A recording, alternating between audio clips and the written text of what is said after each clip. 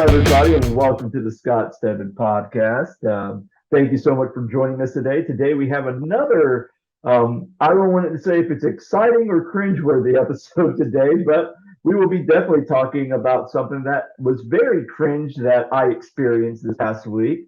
But before we dive right into that story, first I'd like to welcome Micah Current. Micah, welcome back to the show.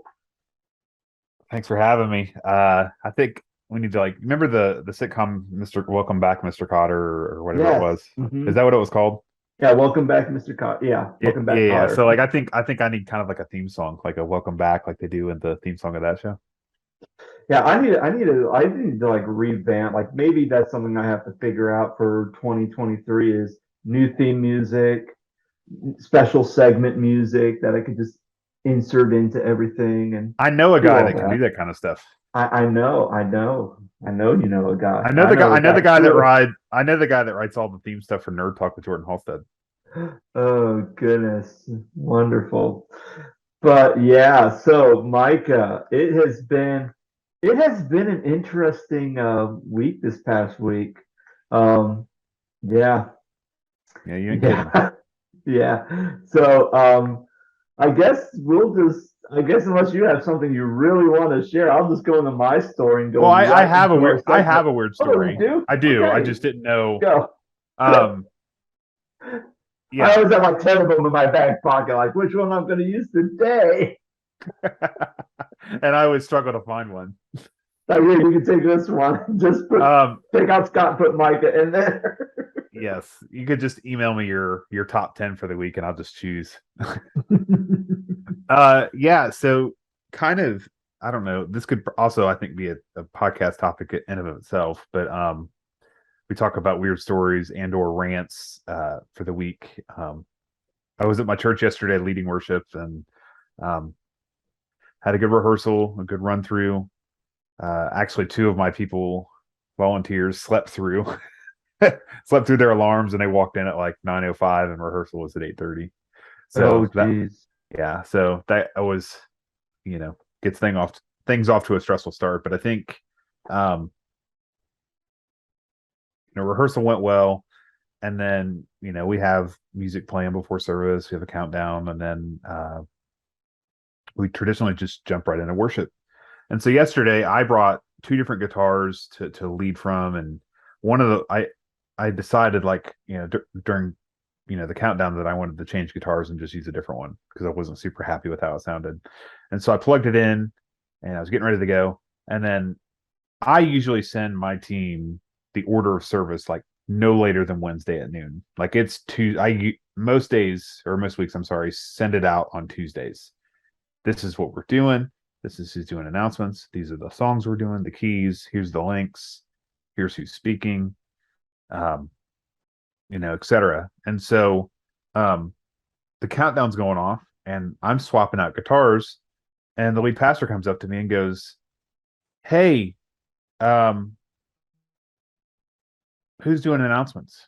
And I'm like, "Y'all usually figure that out because I'm bivocational and I don't, I don't hold office hours traditionally at the church." And I was like, "Well, I'm assuming this person or that person." And he was like, "Okay." He's like, "Because somebody wanted to say something at the beginning of the service." And I'm like, "Okay." And I'm like, "Great. This is going to go downhill really quickly." So the countdown's going off. I literally have 3 minutes. And then somebody else comes up to me and says, "Hey, I want to say something. When should I say it during the service?" And I'm like, I, I don't know. And then pastor comes back up to me all in a span of 3 minutes before this countdown's getting ready to go off, before service is ready to start. Can we add the meet and greet section again to the service today? Because we haven't done that for a couple of weeks and people were asking me about it. Mind you, that the lead pastor told me like 3 weeks prior that we could just nix that because people meet and greet all the time before, and after service, and half the time they're late walking in for the first song because they're meeting and greeting and out in the hallway. And I guess they don't know what the definition of that is, right? I guess you have to have a formal hey, turn around and say hello to somebody this morning and tell them you're glad they're here during service.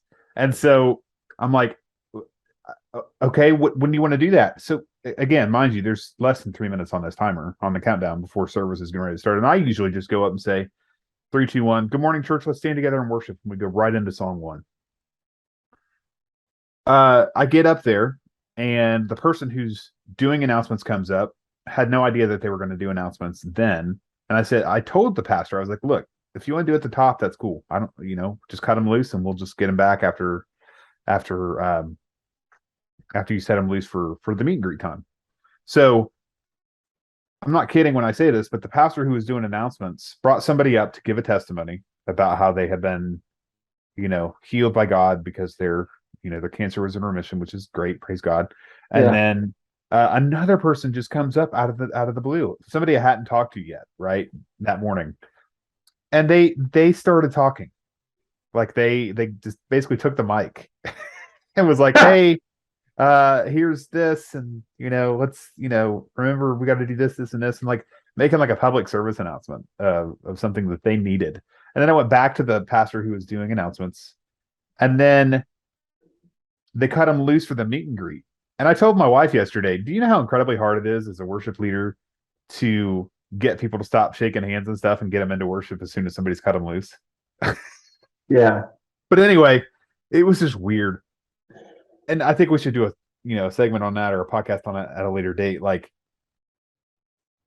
is there an appropriate time and place to do certain things, like the order of service, testimonies,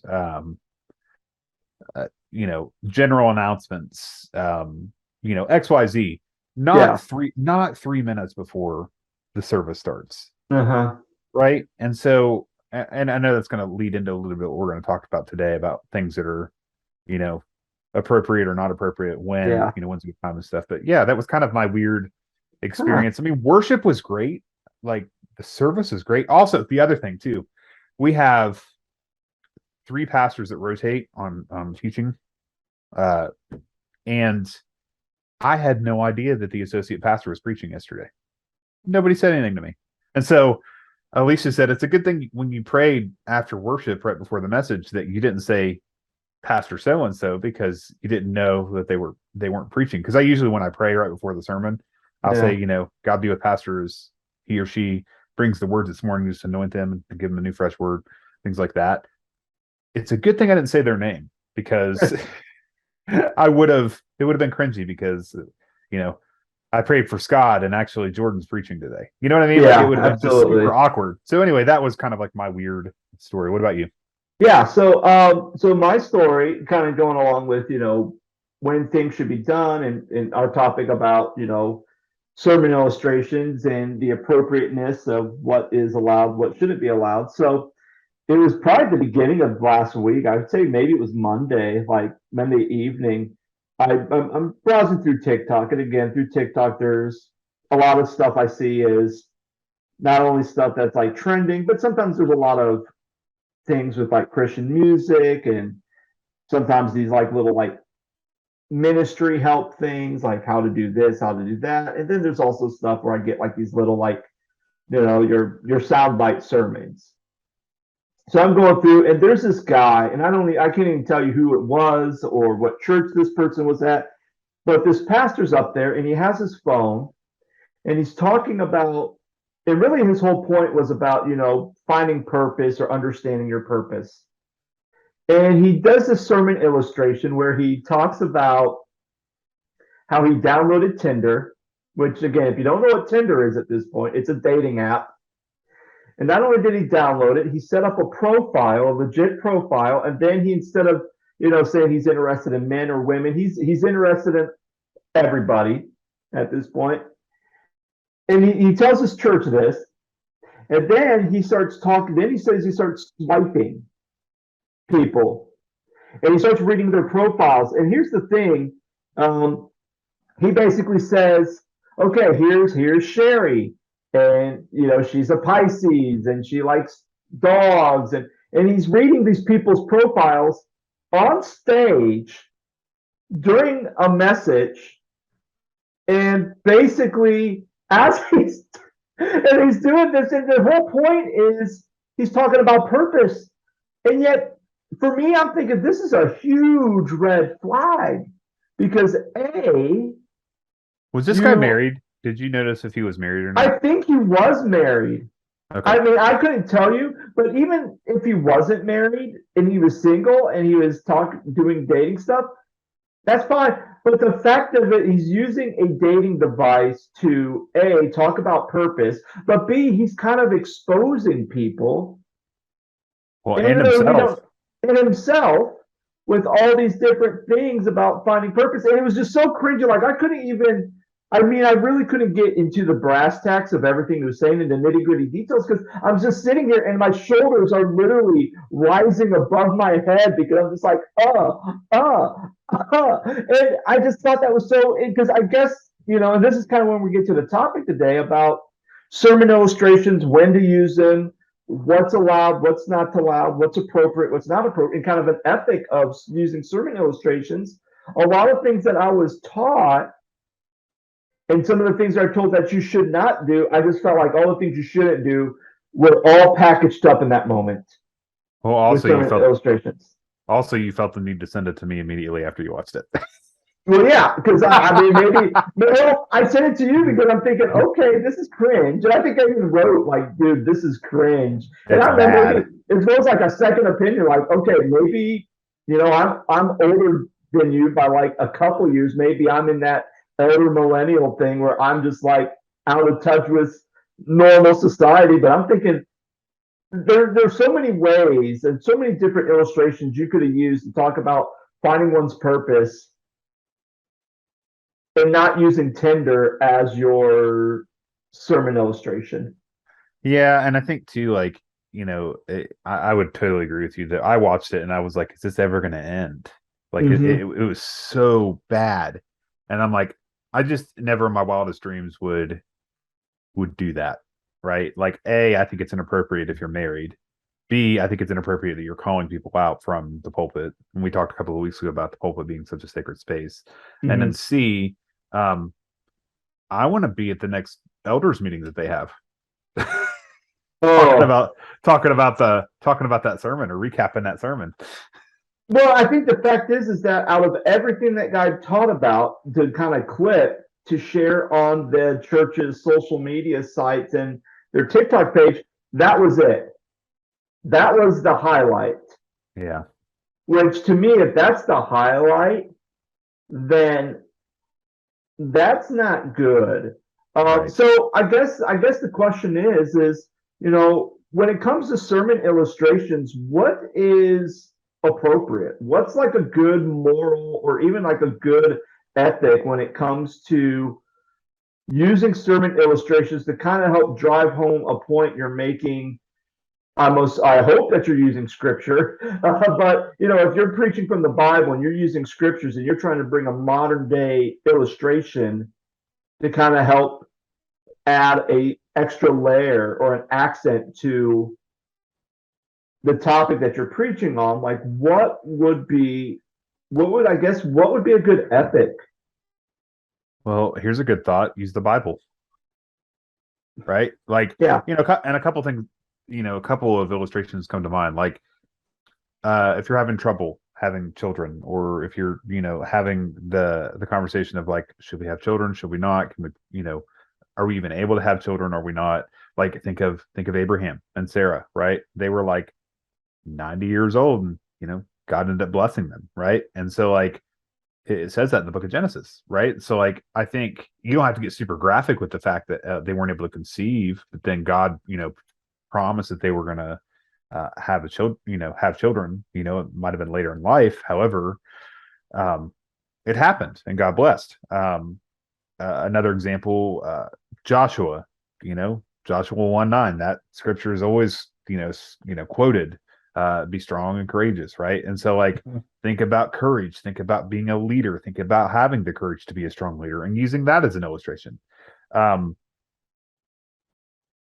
there are just so many examples in the Bible of, like, this is the ability that, that's the word of God. It's the word of God that, God has entrusted us with to preach and communicate every week. And so, um, But I also think that there's real life circumstances and real life examples that we can use today in today's society to help illustrate the points that we're trying to make and help it be a little bit more relatable without exposing people's personal business. What do you think?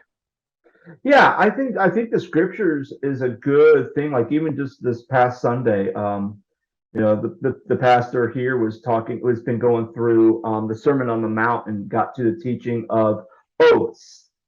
And at the end of the Jesus is preaching at the end. He says, yet your let your yes be yes, let your no be no. Anything else is from the evil one. And use the scriptures, and then kind of even use sermon illustrations by just using statistics. A lot of people interviewed, about lies, or maybe even people telling lies or being dishonest, and kind of saying like, that percentage is high, and even looking at other things where people say, well, this is dishonest, and then people say like things like, oh, like these type of people are corrupt, or this type, and then you look at statistics and go, well, yeah, that either proves yes or it proves no. And so I thought it was really good as they went through and talked about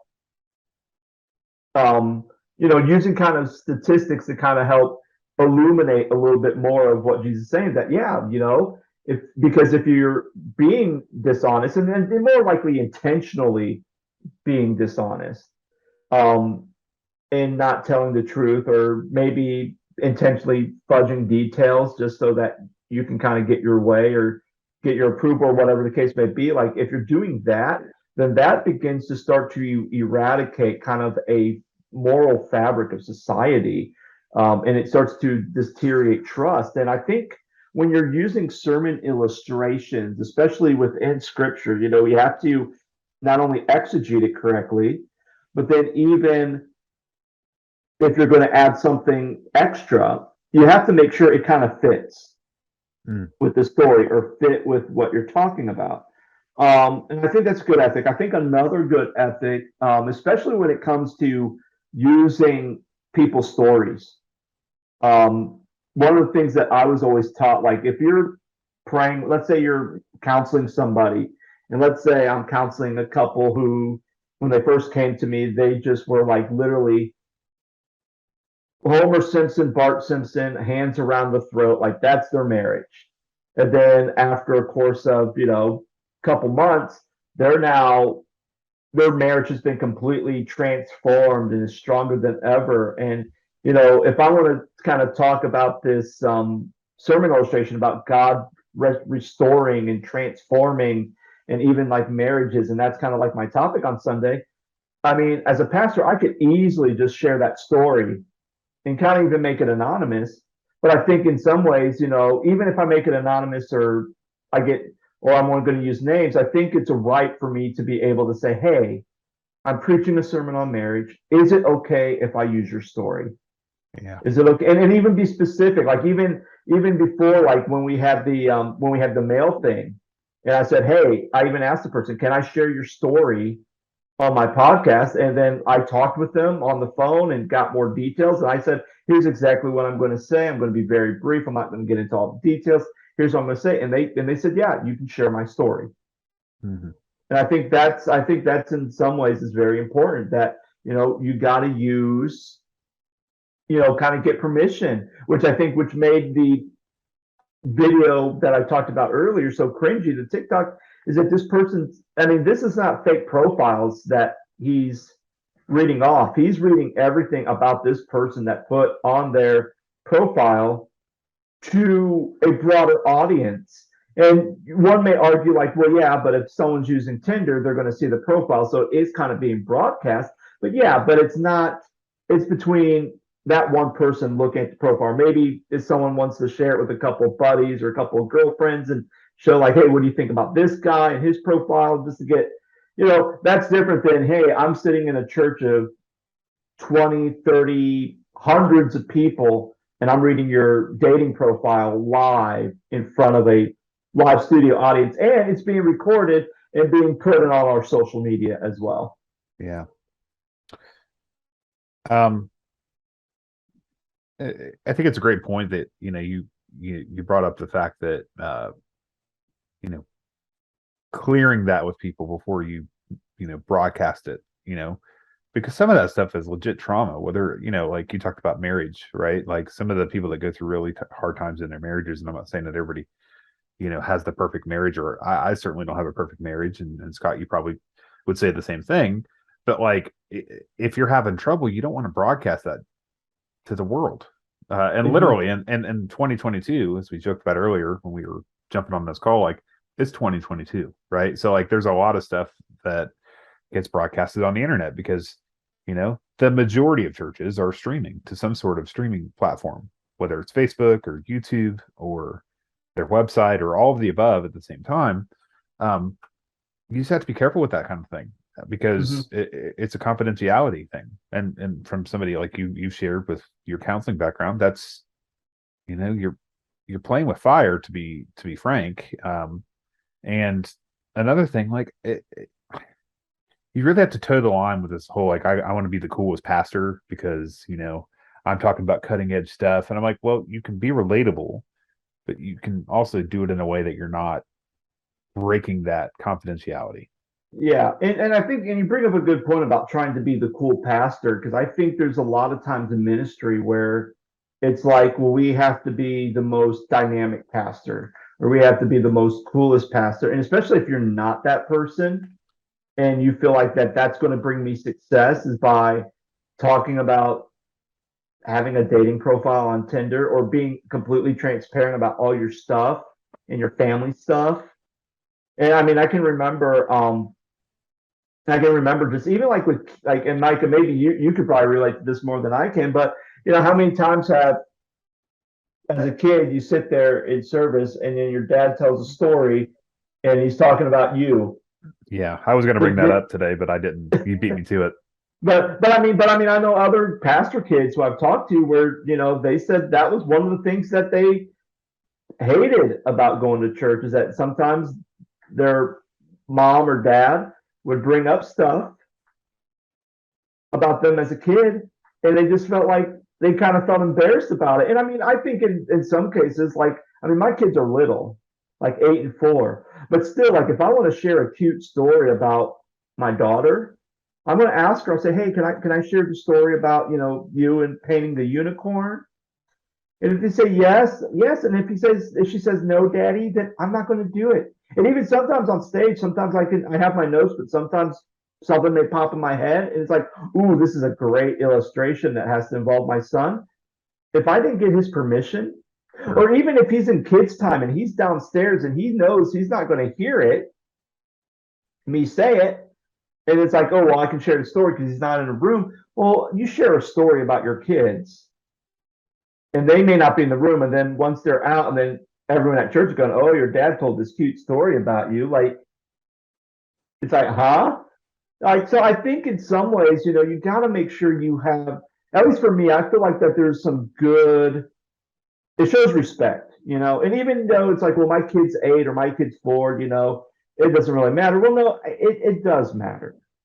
It does matter for them, because maybe because if you're telling a story and then all the other kids hear about it, then they're going to be like, "Oh, hey, blah blah blah," and kids are weird, and I mean, even like just seeing like the changes in some of my kids, some stuff which I don't think would bother them, sometimes they get uncomfortable and they bother them. It's like, okay, well, obviously something about this is making you upset, even if it's just me joking around or kidding about something, and it's like, okay, well, something's going on there, so what is it? So yeah, I think that has to be a good ethic of making sure you have permission, especially if you're going to use real life examples, and even if you're going to tell stuff about your marriage, make sure you check with your wife, because you don't want to say something and the next thing you know, your wife goes, "Hey, I think you're a little bit too transparent," almost to the point where it's like, I don't want church people knowing about all our business, or the argument we had about the brand of cat litter at Target, like, no one, I don't know if you've ever had those fights, like, owning cats. No, but like, I think you're right. Like, I grew up a pastor's kid. I've been pretty open with that about being a pastor's kid on this show. And growing up and thinking about that, now that we're having this conversation, I don't know that my dad ever asked me. Yeah. And as I shared before we started recording, having a conversation recently with my dad that wasn't the most pleasant, and we won't go into those details. I feel like it's rare that my dad asks me now. Yeah. Ask me how I'm doing, how's work, how's life, how's this, how's that. I think it's a generational thing too. But again, it could be either side of that generation, because in that video, that pastor that was super cringy, I mean, he couldn't have been late 20s, early 30s, at least just from looking at him on that video. But it, I think it goes, I'm not saying it doesn't happen in larger ministries or larger churches, but like my dad's always pastored smaller churches. And so like it's, that could be a whole separate conversation, Scott, but like it's super common in small churches for things like that to just be okay. And everybody just cuts up and everybody thinks it's okay. Yeah. And then, you wonder why churches aren't growing, and you wonder why people are leaving your church. Well, maybe you should reevaluate the way you do things, such as communicate from the pulpit and the illustrations that you're using. And I think even like with, and sometimes I think, I always think back to, I think it was Karl Barth who would always say, like, when a pastor's preaching, he must have the Bible in one hand and a newspaper in the other. To be able to talk about, use the scriptures and kind of shine that in the light of kind of the culture, the times that you're in. And, I'm just going back to that sermon. If I want to talk about purpose, very easily, I could just say, I mean, think about, dating, or when you're on a date, or even if you're someone who is like on dating profiles or understands what dating profile is, you could say, I mean, what do people put on their dating profiles, or what do people talk about when they're on a date? They talk about their jobs, they talk about their kids, but very rarely does anybody ever talk about their purpose. Yeah. That was like 30 seconds. I got that point across in 30 seconds. And I mean, that video was probably at least a minute long, a minute of cringe. And I didn't expose anybody. I didn't expose myself either, saying like, hey, I mean, if you're on a dating app, or if you go out on dates or speed dating or Christian dating, you talk to people, you get to know them, but very rarely do you ever talk about purpose. What's your purpose in life? What is it that you want to succeed? What's something that's very impactful for you? What keeps you going? What keeps you moving when things go off the rails in your life? Like, what's that one thing that gives you a sense of purpose? You don't share that stuff. You share about what your favorite movie is and where do you like to go how do you take your coffee? Are you a dog or cat? Boxers or briefs? Whatever the case may be. But very rarely we talk about purpose, and that I think you can kind of. And I mean, I get the cutting edge of, hey, let's use Tinder. I get that. I get that that's appealing, and someone thinks that might be a good idea because it's a good illustration. But I think that's why sometimes it's very good that even when you have good illustrations, go back over it, go back over your sermon, go back over your message, and then just frankly say, okay, is there any way that I could make this sermon less? And even like we talked about it before, especially like the idea of, that people are being, when we talked about, your message being too political or whatnot, you have an elder board, check with them. I mean, if you're married, give it to your spouse. Hey, what do you think about my message? Can you go over it real quick? And if there's something where your spouse says, hey, I think this might be a little cringe, or this might be a little bit too transparent, might want to tone it back down, or even they may say, hey, did you get permission from Mike and Jenny to share their story? Even though it's anonymous and you're not going to say their names, they will be there. And you don't want to, and maybe even if you make it anonymous, they still may feel uncomfortable that you're sharing their story, even though you're not sharing their name. Yeah. To kind of take it a step deeper, what are your thoughts about, like I've shared recently that we've been going through and listening to the Rise and Fall of Mars Hill. Yeah. And we hadn't, I know you did a whole series on that on your show, but what are your thoughts on like illustrations without using people's names but people know who it is. Yeah, and I think that's kind of where I'm getting back. Like even Because if you're doing Driscoll did that oh, a he lot. did that a lot. And I think that's what, and that's it. And even just, and I think that's a good point. I think if you haven't listened to the Rise and Fall of Mars Hill, I'd have to remember what episode that was where they explicitly talk about, but even people talking about that, they're very clear as far as like, oh, they're talking about us. They're talking about us, even though they're not saying it's us. I mean, you mentioned it with your friends when they went back to that church and they were called out and Sure. from the pulpit anonymously. And I mean, you could even watch a lot of those videos of Greg Locke where he's not necessarily calling people out by name, but he's calling people out anonymously. And it's like it makes people feel uncomfortable and it doesn't communicate love. And I think it also communicates disrespect too, that this person's not willing to respect me enough to actually come to me. And I think a lot of that stems from, do you actually have a relationship with the people that you're shepherding? Yeah. Because if you're talking to people just so you can get information from them, so you could use a sermon illustration material, but you're not really genuinely connecting with them or even have the audacity to just really ask them, hey, or even if there's an issue, don't air your grievance there on the pulpit and make it anonymous. But if you have an issue with them, Jesus doesn't say go and air their public stuff out in front of everybody to the church, but no, go to them quickly, go to them privately and discuss those topics, discuss those things. Well, and if I think, yeah. Were you gonna? Sorry, no, go ahead. No, you're fine. That was kind of end of it. Okay, cool. Kind of piggybacking off what you said about elders and getting some other opinions about stuff where you think it may be controversial or may not. Another great example of that, I think of Jordan, our friend Jordan. Jordan is a youth pastor at Chartel Church of God in Oklahoma City.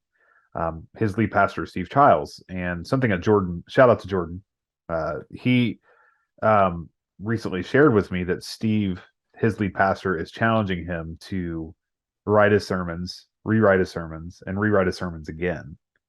And Steve's a great communicator, great author, leader, pastor, and I think, and Jordan shared this with me, so it's not like I'm, it's not like I'm breaking our whole point of this podcast conversation, but like Jordan has shared this with me, and Jordan's even sent me outlines. Jordan has sent me videos of him preaching over the last couple of weeks, and for his youth group, and he's like, I think I'm getting better, and he's like, I think a big part of that is because I'm doing what my lead pastor's asking of me. I'm writing my sermon, I'm rewriting my sermon, and then rewriting it again, and then I'm going to go share it with Steve before I preach it to my teenagers. And so he says, A, it holds me accountable. B, I get better at writing sermons. And then C, I'm studied up by the time I actually communicate it to my audience. So it's just, I think it's a great practice. Just, not just when you think it's controversial, but like in all aspects of your ministry. And again, I've probably preached 10 times in my 10 years of ministry, because I've done the creative arts thing instead of being a lead teaching pastor. So, Scott, I mean, what are your thoughts on that? No, I think that's great. Like, even like when I write my sermon, like I can knock out a sermon on Monday. My sermon's done Monday. So I go in the office Monday and I just spin there and I brainstorm and I knock out my sermon Monday. And then the rest of the days, if I'm not rewriting it, a lot of times I'm just communicating it over and over again, just making sure I have it. If something doesn't flow well, or if I feel like something's not being communicated right, I go back, I make changes. Or if I feel like it doesn't fit where I thought in my mind writing it, and then hearing how it sounds, I'm like, oh, this doesn't sound good, then I change it. And sometimes, if I'm really unsure on the point I'm trying to make, I feel like I don't communicate, then I go, okay, I'll go to my wife, Lauren, and say, hey, here's the point I'm getting across. I don't think I'm getting this point across on this. And she'll read through it and she'll say, okay, well, explain it to me. And I'll start to explain it. She goes, okay, do this. That point's good. I don't think your connection from here to here, there's something missing there. Or she might say, I know this is a great illustration, but it doesn't fit with this. So you have to find a new illustration to connect with that.